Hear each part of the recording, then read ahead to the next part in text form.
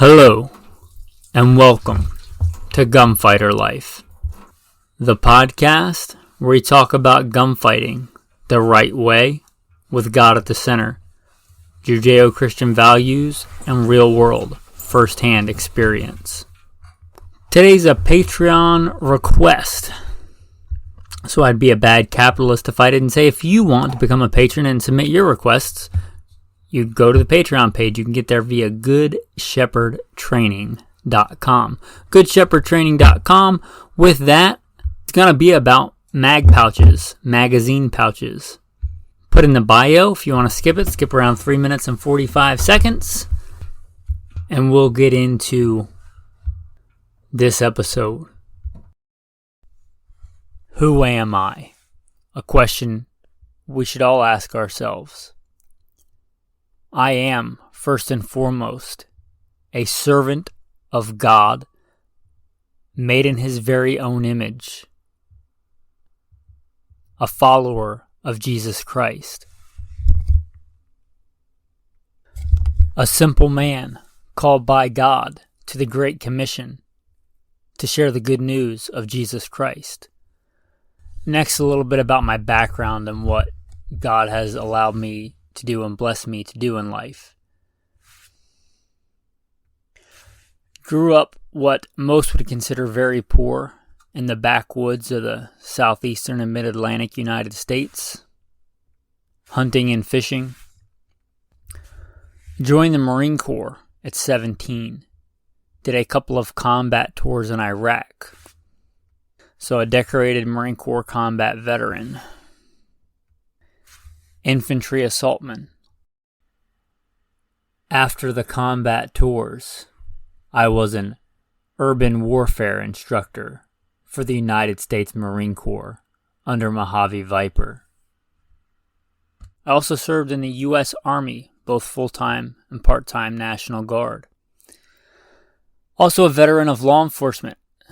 I served with LAPD. I was a sworn peace officer, a cop for LAPD. I worked regular patrol assignments and more specialized assignments.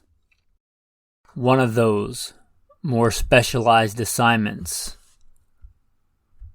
was warrant service, fugitive recovery. Also had some other law enforcement roles. I am an FBI certified firearms instructor and been certified by another 3-letter government agency in a lot of firearms and training things.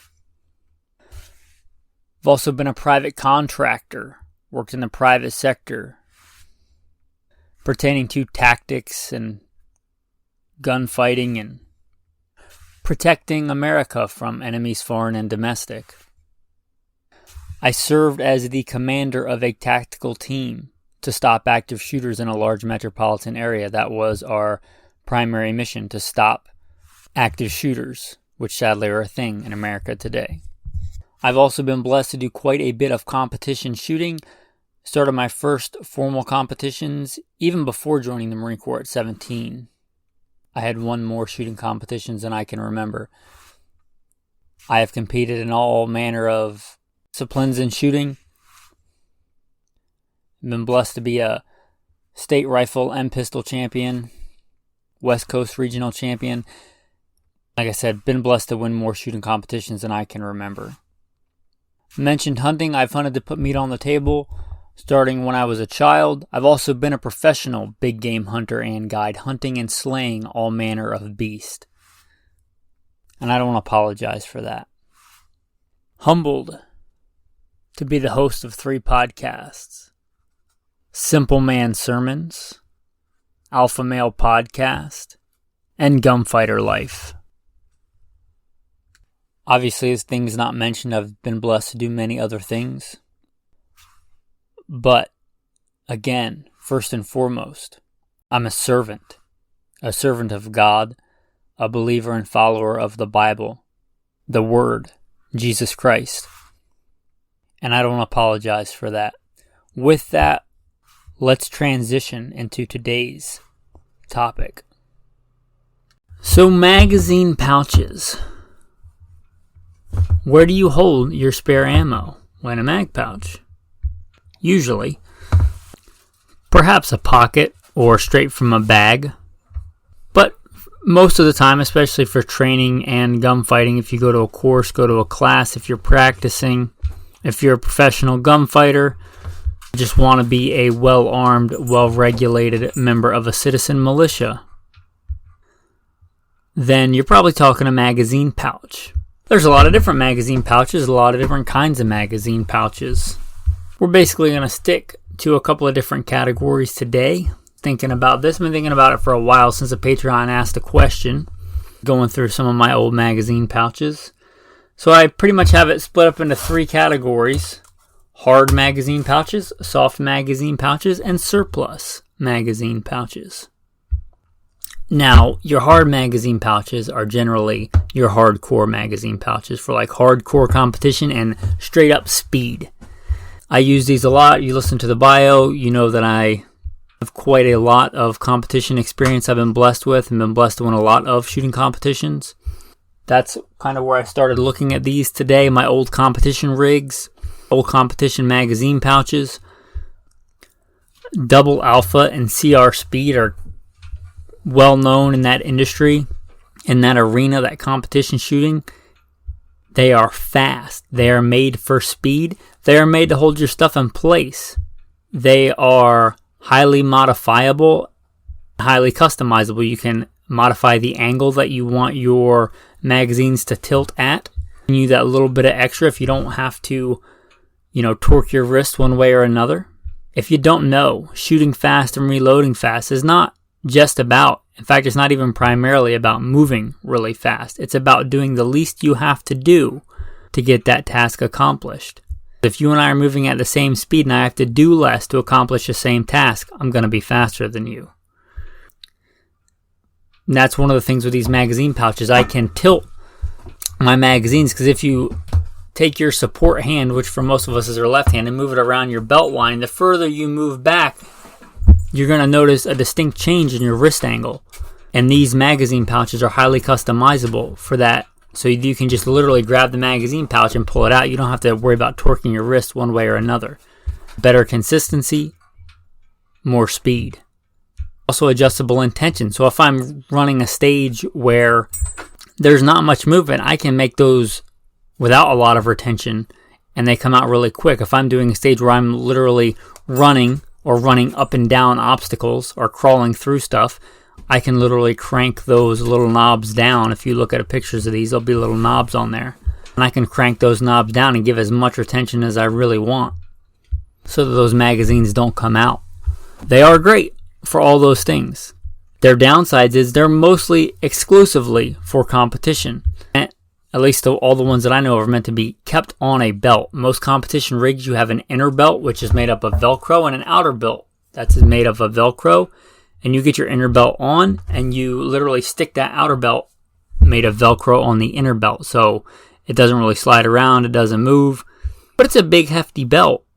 You're probably not running those day to day as a concealed carry. Although they do make war belt systems like that, I never used one, and most of the guys that professionally worked for me never used those. So it's almost exclusively a competition thing.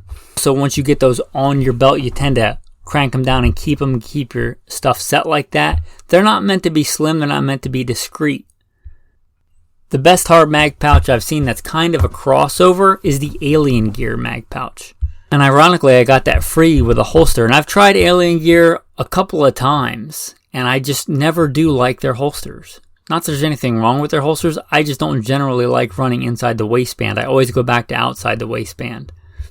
And I don't really use them, but I do really like their hard magazine pouch. It's kind of a good mix of that competition style with a practical, everyday carry style.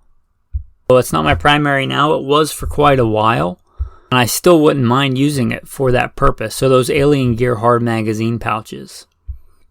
Those hard kind of Kydex magazine pouches. You can get the ones that kind of just look like a holster.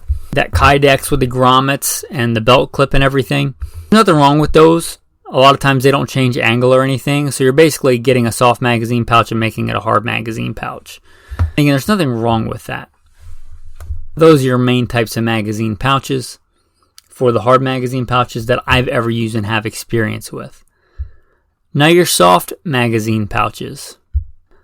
My actually favorite one that is my EDC mag pouch is actually Range Max. And I think they're like $10. So they're probably the cheapest one here on the list. Unless you talk about surplus stuff. Like $10. I think they're like a Bass Pro Shop brand. At least I believe I got mine at Bass Pro Shop. Anyway, they're Range Max. They're literally just a soft magazine pouch with like a piece of elastic around the middle. And a piece of shot cord. Anyway, they're minimal. They're nice. They're rugged. They don't last forever. I have worn through a few. I have worn quite a few in rather well. They get towards the end of their life, I tend to retire one and go to the next one. That being said, they're $10, and I use stuff really hard. And they're, like I said, they're nice. They're minimal. They go on a belt rather easily. And they are fast. Now, they don't adjust for angle, but they're fast. They're a fast mag pouch. That's why I like them. I can grab and go. I like that for my first primary reload. We'll get into that later. But anyway, the Range Max pouches, like $10. They're good pouches. Probably one of the most prominent ones are the taco pouches. And I don't like these. And I've bought a couple of them. I don't like the taco pouches. Yeah, they are adjustable for tension, but in my opinion, they go from slow to glacially slow. Like really slow. As far as getting a magazine out. As far as what I want for a reload. And they don't have positive retention. Really two kinds of soft magazine pouches. The kind that are open top. And the kind that have a closed top. Like a flap lid that goes over the top. These are so slow. Yet they don't offer any kind of positive retention that goes over the top. It's kind of the worst of the both worlds for me. Now, obviously, I don't get any sponsors from these guys on this show. If you like honest reviews and honest opinions, you get that stuff because people are willing to step up and support on Patreon. Again, if you want to be a patron, check out goodshepherdtraining.com. But the taco pouches, I never liked them. I think they're big in the world of that kind of thing because they look cool and probably have a big marketing budget. But I don't really like them, and they're expensive. You're talking, I think, $40 to $70 for a magazine pouch. That, to me, is way inferior to the Range Max that's $10. If you want to be, tactical Ken doll with your, dress-up war belt, then yeah, they do look cool. I'll give them that. But I've never found them to be fast enough for what I want. If I want a positive retention, then I want one with a flap. The next one in this category is Blue Force gear. Now, I do like Blue Force gear. The next magazine pouch that I carry everyday EDC is a Blue Force gear. Ironically, I don't put a magazine in it. That's what I got it for, but I find that it really holds a tourniquet well, so I hold my tourniquet in there. Because for EDC everyday carry, concealed carry, I carry 2 magazines. One in the gun, one on my belt, and a tourniquet. I would rather have 2 magazines and a tourniquet than 3 magazines and no tourniquet. I have learned that lesson the hard way. But Blue Force gear makes a good magazine pouch with a caveat. You got to break them in. They're also, in my opinion, glacially slow. Watching molasses pour out of a jar when you're trying to get that magazine under the clock. And the time's ticking away.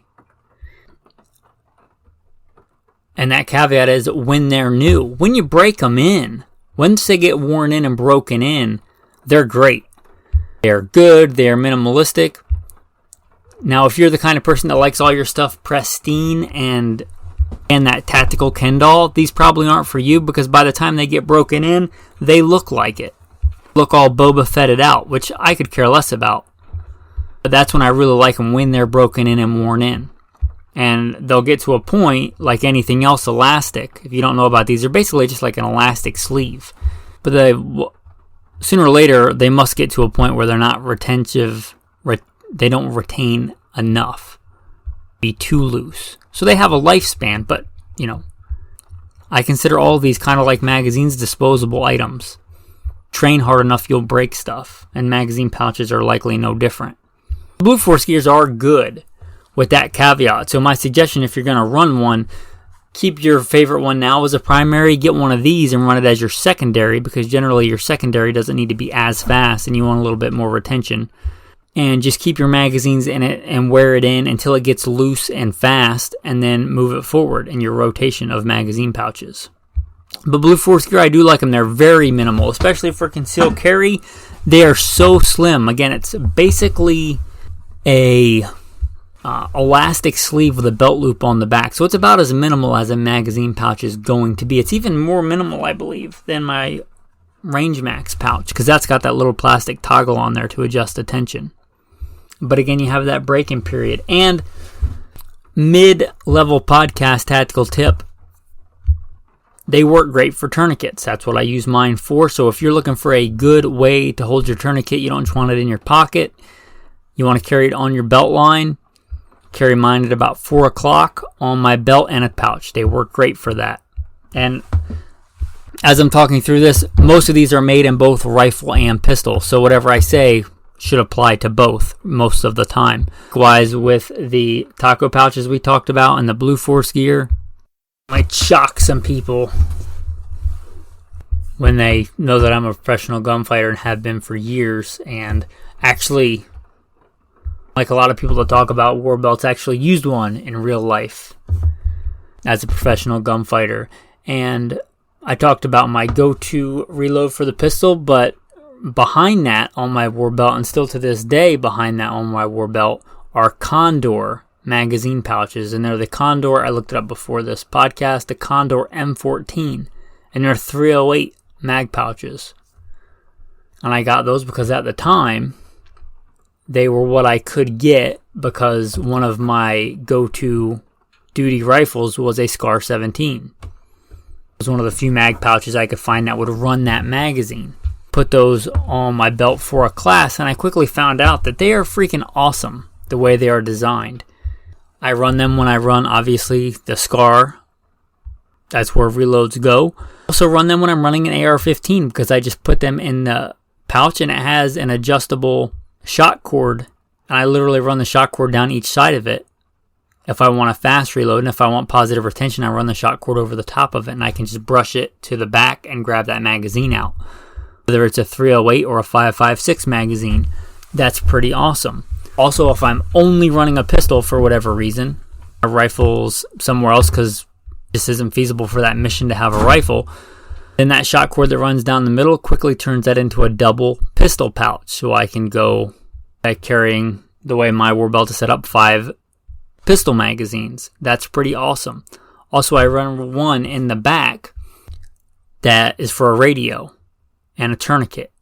So that one magazine pouch can run a tourniquet, it can run a radio, it can run 2 pistol magazines, it can run an M16 magazine, it can run a 308 battle rifle magazine, a big, 308 style magazine, and all that in a Condor pouch. And I've had these and run them hot and heavy, ridden them hard and putting them away wet, and they have lasted as good as any other brand that I've used. In fact, I'm looking at my war belt right now, and although some people will crap on Condor, looking at all the other brands of stuff that I have on here, I can tell you that they've held up really well, and I have used them hard. That's that Condor M14 mag pouch. If you're running one rig, whether it's a war belt or a chest rig on your body armor or whatever, and you want one pouch, you can do multiple things. You could put 2 pistol magazines in there, you could put an AR mag in there, you could put a 308 mag in there, or a radio. Those pouches are really good, and I don't know what they cost, but they're not expensive. If I thought they weren't good enough, I would certainly spend the money on a better magazine pouch, but in the years that I've used them, I've seen no reason to go with anything else. They're a good pouch, and they hold up well. Now, the next style we're going to talk about in the soft magazine pouches are going to be the flap type magazine pouches, where you have a flap that goes over the top. These are, the ones that I have that are on my war belt are 511. They're good magazine pouches. You can run them. The cool thing about the 511s is you can flip the tab down and the tab will stick to itself on the magazine pouch on the outside. You can run it like an open top, but the reason I have them is for a closed top. So, that's the good thing about the flip top magazines is they're in there. I take this war belt and I throw it in the back of a vehicle after a session of training, and then I get a call, there's an active shooter, and I have to run back into work, I don't have to worry about if those magazines are in there. I know they're in there because they're shut. There's an open top. Yeah, they fly out from time to time. If I'm doing my tactical cartwheels, if I do a tactical cartwheel, there's a good chance that my open top magazine may fall out.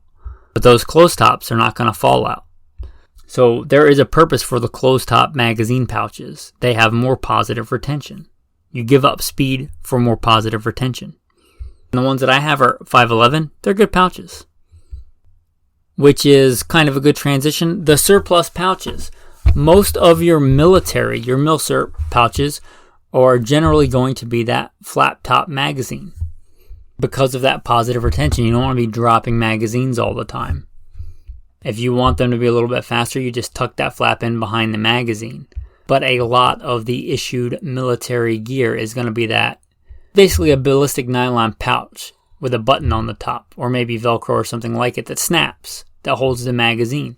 And you can get those pretty cheap. They're good for bags. They're good for a lot of things. If I'm going on a mission where I carry a lot of ammo, I have a bandolier, just a military surplus bandolier that holds a couple of mags, holds 3 actually. It's a good piece of kit. So if you're looking for a way to save money, they're made to last and be robust. They're not necessarily made for speed. The other surplus, one is called MilSurp. Let's call this PolSurp. And no, that doesn't stand for Polish surplus. But police surplus, a lot of times they have those pistol magazines, especially like the double leather flip magazine pouches. They're not bad. There's nothing wrong with them. They are not fast. You have to unsnap them, but realize that, I've said before, as a former police officer, the vast majority of police officers are not gunfighters or even decent shooters. Yeah, I'd call them maybe competent. Their job is not as a gunfighter. Their job is an administrator and for documentation for the judicial system, and they carry a gun just in case. But that's not a gunfighter.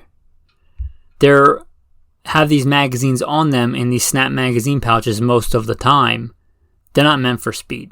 They are good, robust, positive retention magazine pouches if you want to go that route. eBay is probably littered with a bunch of old, Sam Brown kit. Sam Brown, if you don't know, is what cops refer to their duty belts as usually.